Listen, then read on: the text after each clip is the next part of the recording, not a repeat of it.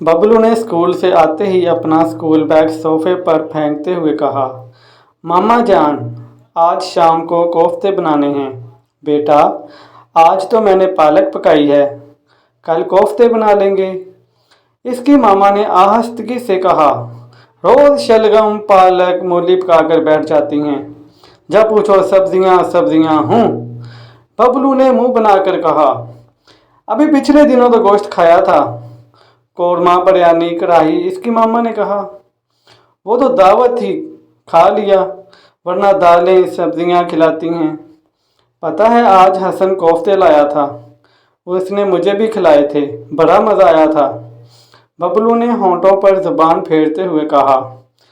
उसकी माँ के साथ बैठी पड़ोसन भी हंसने लगी। भाई वो ला सकता है, उसके अब्बू की दुकान है, तुम्हारे अब्बू फैक्ट्री मुलाजम हैं। मैं ऐसी बातें रोज़ सुनता हूँ। मुझे नहीं खाने शलगम पालक, लगता है मेरे पेट में सब्जियों की फसलें उग जाएंगी। बबलू ने इस अंदाज से कहा कि दोनों हंसने लगे। फली तोरी साग शलगम वगैरह तो गाय भैंसों की खुराक है, आप सेहत के लिए मुफीद है,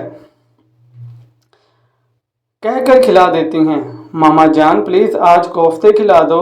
अच्छा भाई बबलू, आज शाम को शामी कबाब बना रही हूँ, तुम मेरे घर से ले आना। इनकी पड़ोसन ने कहा।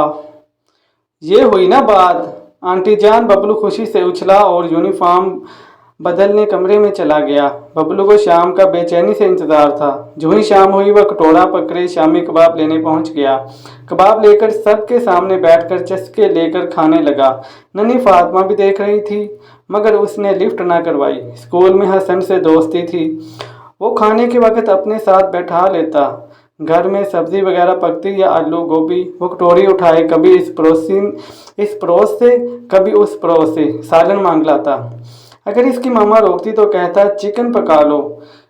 मामा इसकी हरकतों से परेशान थी, पड़ोस वाले भी आजिज थे, उन्होंने कई बार इनकार किया, उन्हें मजबूरन सालन देना पड़ता। मज़े की बात यह कि बबलू को ज़रा भर शर्म ना होती।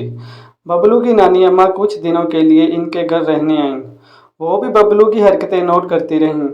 उन्होंने इसे समझाने का फैसला किया। नानी अम्मा हर रोज़ एक नई कहानी सुनाती, कभी शहजादी शहजादे की शादी, कभी जिन परी और देव की खतरनाक कैद, कभी नेक और गरीब लकड़हारे की कहानी, मामूली सी खिदमत पर किसी बुजुर्ग औरत या मर्द की जादुई कलीन या तलवार का तोहफा, और उड़ने वाले घोड़े किसी जालिम देव की जान तोते में होना। हर कहानी का अंजाम यही होता कि वो सब हंसी खुशी रहने लगे। बादशाह ने शहजादी की शादी कर दी, तख्त इनके हवाले करके याद इलाही में मशगूल हो गया। एक दिन बबलू और नन्ही फातिमा अपनी नानी जान के दाएं बाएं लेटे नई कहानी का तकाजा कर रहे थे। इस बार नानी जान ने जंगल की कहानी शुरू की। एक जंगल में शेर रहता था, वो बहुत बहादुर था। अपने खाने के लिए वो गाय भैंस हिरनी बैल ग्वाए वगैरह का शिकार करता, फिर बड़े मज़े से जी भरकर इसका गोश्त खाता और हड्डियां गीदड़ लोमड़ी और लगर बगर के लिए छोड़ देता। छी छी छी, शेर की छोड़ी हड्डियां खाना कौन सी अच्छी बात है, इन्हें खुद शिकार करके खाना चाहिए।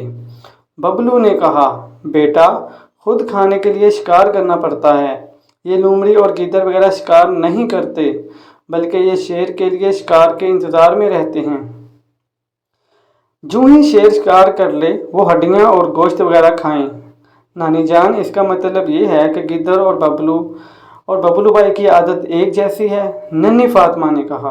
क्या मतलब? बबलू फौरन उठकर बैठ गया। फातिमा ने सच कहा, बबलू को देख लो, वो कटोरे पकड़े घर घर सालन के लिए फिरता है। वो शेर नहीं बनता, बल्कि गिद्दर बनकर दूसरों के घरों का खाना आसान समझता है। क्या मतलब?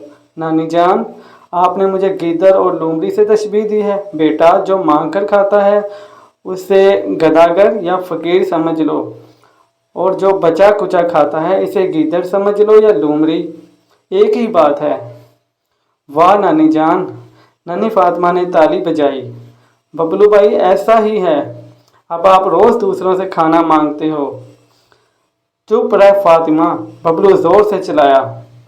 आज से मैं शेर बनना पसंद करूँगा, किसी के घर से मांग कर हरगिज़ ना लाऊंगा। नानी जान, आपने मेरी आंखें खोल दी हैं, अब किसी के घर से नहीं मांगूंगा। इसकी आंखों में अज़म था, लहजे में सच्चाई थी। नानी जान खुश थीं, उन्होंने बबलू को सही रास्ता दिखाया।